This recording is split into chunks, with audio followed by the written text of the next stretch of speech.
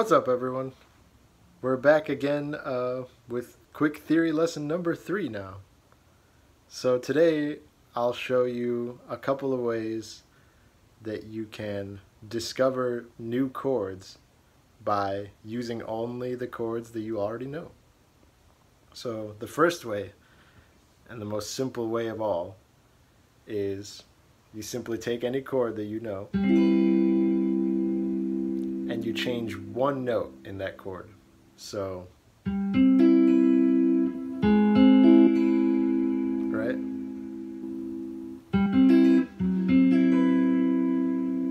And there's no rule for which note you can and can't add. Try all of them, you know, close distance, far distance, doesn't matter.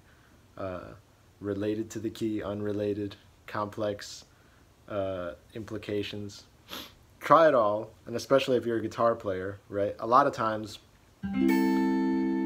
as guitar players, we'll play chords that don't require all of our fingers. So the first thing you should try when you learn any new chord is, what notes can I add or change with the fingers that I have, right?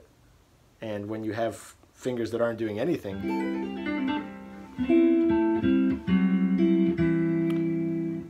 there's a lot of possibilities. So yeah, not only is that a very useful way to discover new chords, but it's also a very useful harmonic device to create very smooth voice leading. Because to me, one of the most beautiful harmonic motions is when you hear a chord, and then the next chord that you hear is almost the same chord, except one note has changed. It's kind of like coming back to a familiar place, except something about it has changed, and that one thing gives you a whole new perspective on the place. So let's do it to another chord. Take a C major 7th, for example. So we'll change one note. Let's take the 5th and move it up a half step.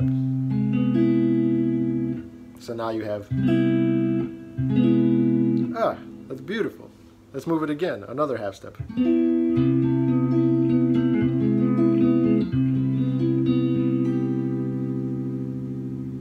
What if we put that note in the bass? Oh my God, crazy, right? So try all of that.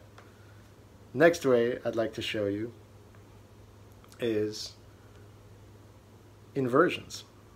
Now, this can be seem like a very daunting task for a lot of guitar players to learn all of your inversions, because on the guitar, inversions, they end up just looking like a completely new shape even though you're playing the same chord. But it really doesn't have to be that difficult, and I'm going to show you a way to figure it out very simply. So let's take this same chord.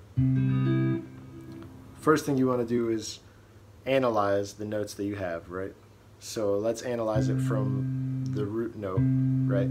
We'll call this the 1. So then this would be the 5, the 7, and the 3, right? And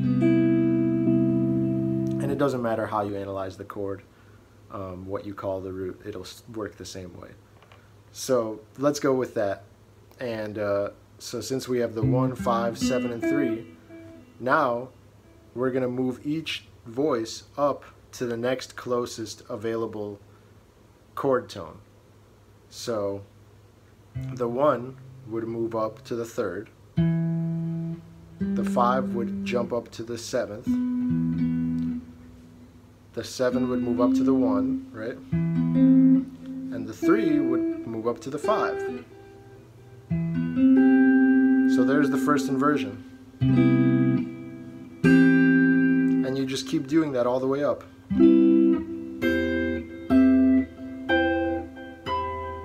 Right? Let's do it to a less commonly inverted chord. A C major 9, right? So you have the 1, 3, 7, 9. So this one gets a little weird with inversions. This is an example of inversions that not everybody uses because they're kind of a huge stretch. So here's what happens. The third will move up to the ninth, or the 2, right? The 3 jumps all the way up to the 7th, right?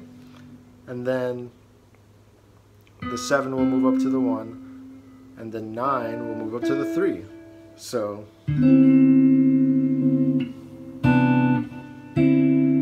it's almost like a whole different color, even though it's the same exact notes. So yeah, the next way that you can discover new chords is take your chords through some scales. Now, what do I mean by that? So I'm sure we've all done this.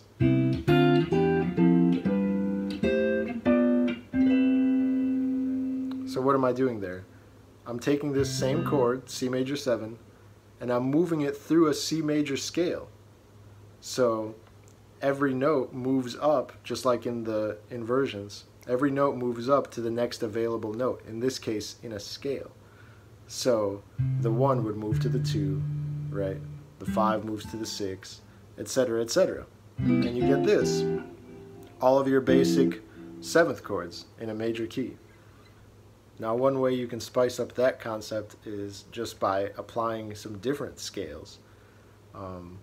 So one example that I like to use a lot is one that I got from Barry Harris, where he takes a major scale and he adds an extra note to it.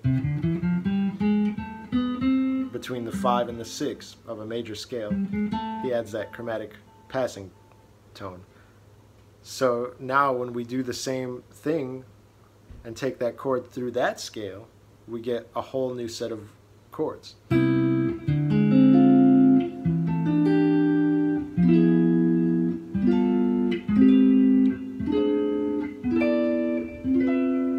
Right? Beautiful. So, and you can do that with any, weird voicing. You can, in fact, make up your own voicing and take it up through a scale. For example, if I took the C major scale and I played all fourths, right? So 1, 4, 7. So I'm just going up in fourths, right? If I take that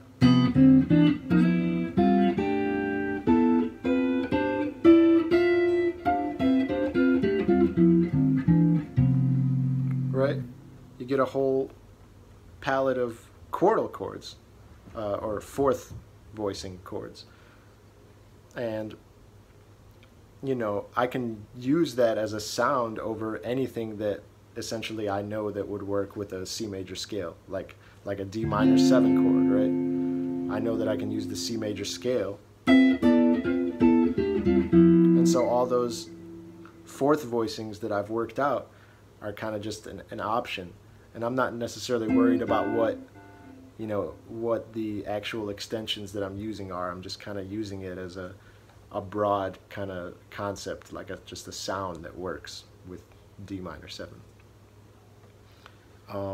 Let's take another little voicing, again with the C major scale. What if we make a voicing with the 4, 5, and 3? Kind of just an ambiguous chord voicing, could apply to a lot of different situations. But let's take that up through the C major scale.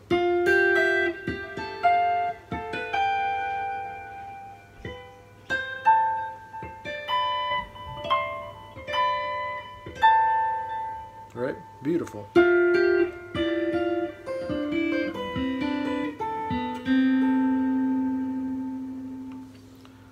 So there you go. I hope this helps, and I hope it's interesting. Please comment below, say hi, or say whatever you want. I really appreciate the feedback, and thanks for watching.